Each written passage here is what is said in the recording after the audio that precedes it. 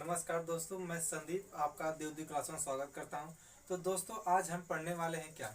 आज हम पढ़ने वाले हैं हिंदी। ठीक है, हिंदी का पहले इतिहास शुरू करते हैं, फिर धीरे धीरे हम हिंदी को पूरा कंटिन्यू करेंगे, पूरा हिंदी को ख़त्म करेंगे। ठीक है दोस्तों, तो आज हम हिंदी का इतिहास पढ़ने जा रहे हैं। हिंदी का इतिहास में जो मोस्ट क्वेश्चन पूछा जाता है एग्जामों में, ठीक है, जैसे टेट हुआ, सुपर टेट हुआ और अदर एग्जामों में जो हिंदी से रिलेटिव जितने में क्वेश्चन आते हैं उसको मैं आज बताऊंगा। ठीक है, आप ध्यान दीजिएगा, कहीं जाएगा मत, वीडियो को अंत से देखिए। यदि अच्छा लगेगा तो लाइक और सब्सक्राइब जरूर करना भूलिएगा मत। ठीक है दोस्तों, देखिए जैसा सैंपल दिया गया क्या, हिंदी साहित्य का इतिहास। ठीक है, हिंदी साहित्य का इतिहास पढ़ने वाले उससे पहले हम जानते हैं हिंदी साहित्य इतिहास को किन्होंने लिखा है और कौन सी भाषाओं में लिखा है। ठीक है, तो ध्यान दीजिए, देखिए पहले हिंदी साहित्य का इतिहास फ्रेंच भाषा में। ठीक है, किसमें? फ्रेंच भाषा। ठीक है दोस्तों, फ्रेंच भाषा में किसने लिखा है?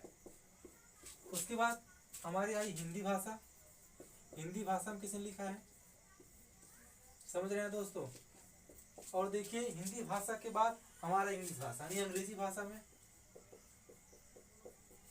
ये जो क्वेश्चन हम बता रहे हैं आपको दोस्तों, ये एग्जाम में पूछा जाने वाला। ठीक है, हम सीधा आपको फंडा बता रहे हैं। क्या? आपको फंडा, ज्यादा रटने का मतलब है नहीं, सिर्फ जो बता रहे हैं आपको फंडा। देखिए फ्रेंच भाषा यानी कि जो फ्रेंच भाषा में लिखा गया था, ठीक है, उसके कवि कौन थे?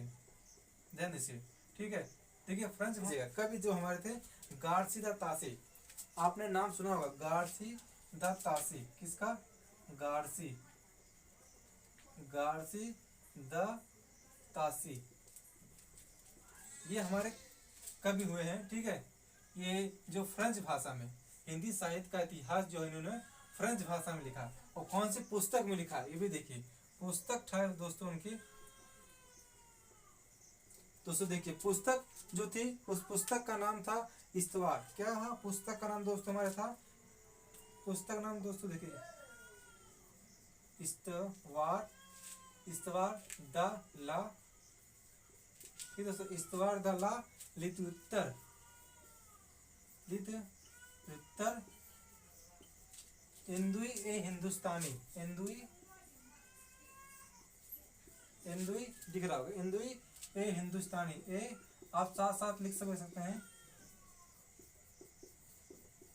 आप इसको दोस्तों साथ साथ लिख लीजिए। ठीक है, अगर दिखाई नहीं दे रहा तो हम बोल रहे हैं आपको सुनाई देगा। ठीक है, तो साथ साथ देखिए हमारे जो फ्रेंच भाषा, उसके बाद हिंदी भाषा में क्या, देखिए हिंदी भाषा है, इसके कवि थे हमारे जिन्होंने हिंदी साहित्य को हिंदी भाषा में लिखा। ठीक है, हमारे कहने हिंदी साहित्य को हिंदी भाषा में किसने लिखा?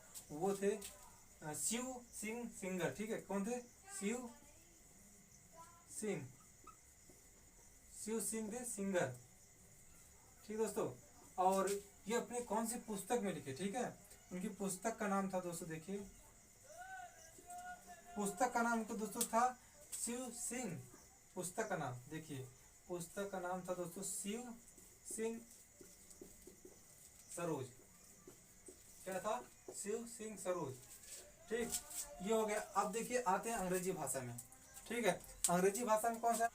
क्या था? George Grayson. ठीक है, कौन थे? कवि थे हमारे अंग्रेजी, George Grayson. George A Grayson नहीं दिख रहा। ठीक है, जॉर्ज ए ग्रेसन।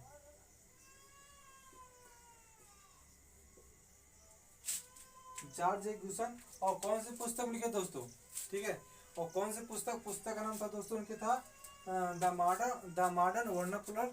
ठीक है, the modern vernacular literature of Hindustan. क्या था? द मॉडर्न, पुस्तक का नाम था उनके the modern vernacular, the modern vernacular literature.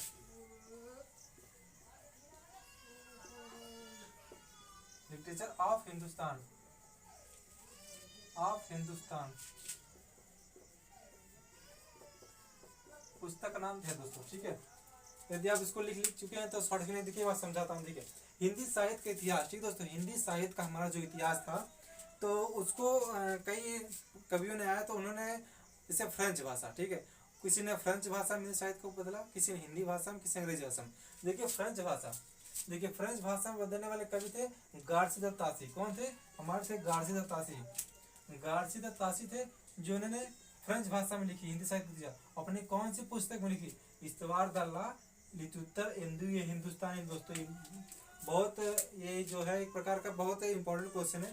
सीधे पुस्तक एग्जाम पूछ देता है कि हिंदी साहित्य का इतिहास जो है फ्रेंच भाषा में किसने लिखा था और कौन सी पुस्तक में लिखा था। तो ऐसा आ जाता। और हिंदी भाषा में पूछ देगा कि हिंदी साहित्य के इतिहास से हिंदी में, हिंदी साहित्य के इतिहास हिंदी में कौन से किसने लिखा था, तो किन कवि ने लिखा था और किसने लिखा था। ठीक है, कवि थे हमारे, देखिए ये कवि शिव सिंह सिंगर। कौन थे? शिव सिंह सिंगर थे और उनकी पुस्तक का नाम था शिव सिंह सरोज। समझ ना। उसके बाद देखिए अंग्रेजी भाषा। अब देखिए हिंदी साहित्य का इतिहास अंग्रेजी भाषा में भी लिखा गया दोस्तों। ठीक है, समझिए हिंदी साहित्य का इतिहास अंग्रेजी भाषा में लिखा था। और किसने लिखा है? देखिए वो कवि थे जॉर्ज ए ग्रेसन। वो कवि थे जॉर्ज ए ग्रेसन। अपनी कौन सी पुस्तक में लिखे दोस्तों? The modern. ठीक है, आप नोट करिए, द मॉडर्न वर्नाकुलर। ठीक है, the modern vernacular literature of Hindustan. समझ गए होंगे। अब देखिए यहाँ तक तो हो गया। अब हिंदी साहित्य का इतिहास कौन कौन सी भाषाओं में लिखा गया तो उन्होंने देख लिया। अब देखते हैं दोस्तों, इसको मिटाते हैं। देखिए अब हम देखते हैं दोस्तों हिंदी साहित्य का इतिहास जो है कितने कालखंडों में बांटा गया है। समझ गए आप? हिंदी साहित्य के इतिहास को हम कितने कालखंडों में बांटे। तो कई प्रकार के कवि आए, इन्होंने कई प्रकार के कालखंडों में बांटा है, जिसमें से आचार्य रामचंद्र शुक्ल के अनुसार। ठीक है, हम पढ़ेंगे आचार्य रामचंद्र शुक्ल के अनुसार। किसके अनुसार? आचार्य रामचंद्र शुक्ल के अनुसार। आचार्य रामचंद्र शुक्ल के अनुसार, चंद्र शुक्ल के अनुसार। ठीक है, आचार्य रामचंद्र शुक्ल। ठीक है, आप राइटिंग को विशेष बात ध्यान दीजिएगा। ठीक है, अच्छी राइटिंग नहीं है फिलहाल।